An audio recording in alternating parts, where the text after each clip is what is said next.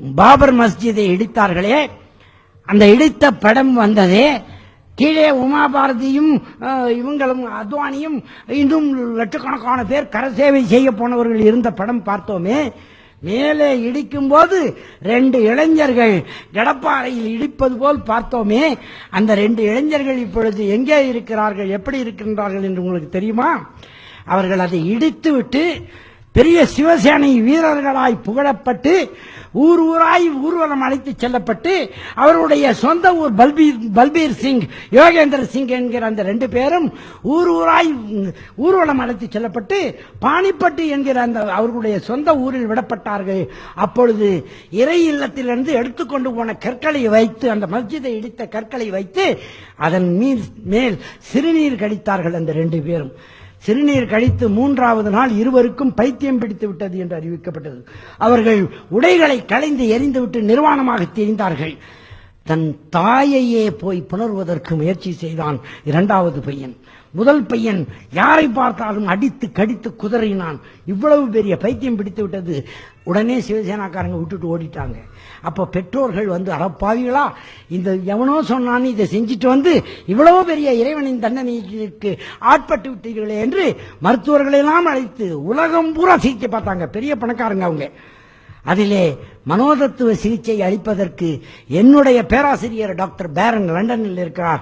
அவருக்கு தகவல் தெரிவிக்கப்பட்ட போது, இந்தியாவில் நீ இருக்கிறியே, நீ போய் பாரு, கேஸ் ஸ்டடியை நீ பாருன்னு சொன்னாரு. நான் அப்பொழுது அழைக்கப்பட்டு போய் பார்த்தேன்.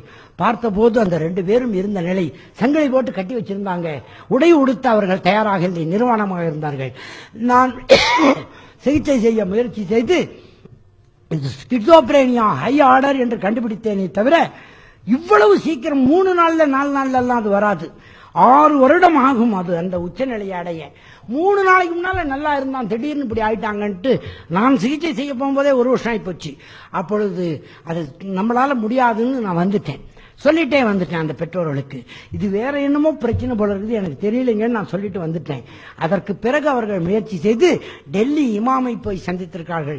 ஏன்னா இதை இடிச்சிட்டு வந்ததுனாலையும் அந்த இறையில கற்கள் மீது ஒண்ணுக்கு வெஞ்ச பிறகுதான் இது மாதிரி ஆச்சுன்னு தெரிஞ்சதும் அவர்கள் பெற்றோர்கள் போய் எப்படியாவது இவர்களை காப்பாற்ற வேண்டுமே என்று அந்த 2 பேருடைய பெற்றோர்களும் போய் கலீம் சித்திக் என்கிற அந்த பெரியவரை போய் பார்த்திருக்கிறார்கள், இமாமை.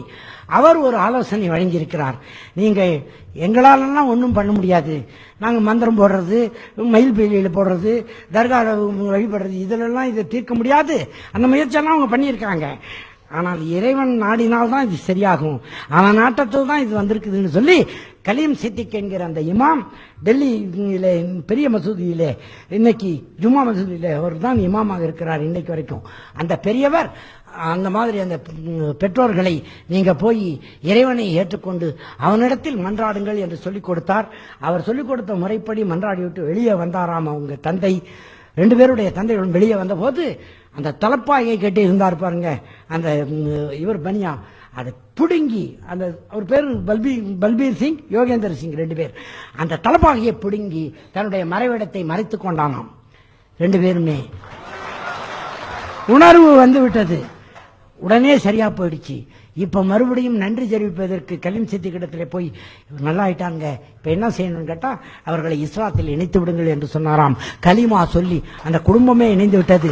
அது மட்டுமில்ல, முக்கிய செய்தி சொல்லுகிறேன், அந்த 2 பேரும் ஒரு இறை இல்லத்தை இடிப்பதற்கு தூண்டிவிடப்பட்டு செய்தார்களே, அல்லாஹ்வாலே வசீகரிக்கப்பட்டு தண்டிக்கப்பட்டு கண்டிக்கப்பட்டு மறுபடியும் மன்னிக்கப்பட்டு ஏற்றுக்கொள்ளப்பட்ட பின் 100 மஸ்ஜித்களை இந்தியாவில் கட்டுவதற்கு பாடுபட்டு ஊர் ஊராய் அழிந்து கொண்டிருக்கிறார்கள்.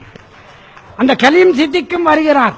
நான் மதம், அதாவது இஸ்லாத்திற்கு வந்துவிட்ட செய்தியை அறிந்து அவங்க 3 பேரும் பெங்களூருக்கு விமானத்தில் வந்து கிருஷ்ணகிரி வழியாக சேலம் வந்தார்கள். அந்த 3 பேரும் அங்கே மதரசாவிலே எனக்கு அளிக்கப்பட்ட வரவேற்பிலே அவர்கள் 3 பேரும் கலந்து கொண்டு வாழ்த்தியது மட்டுமல்ல, அந்த 2 நண்பர்களும் இப்ப கொஞ்சம் வயசாயிடுச்சு, அப்ப இளைஞர்களா இருந்தாங்க நான் பார்த்த போது.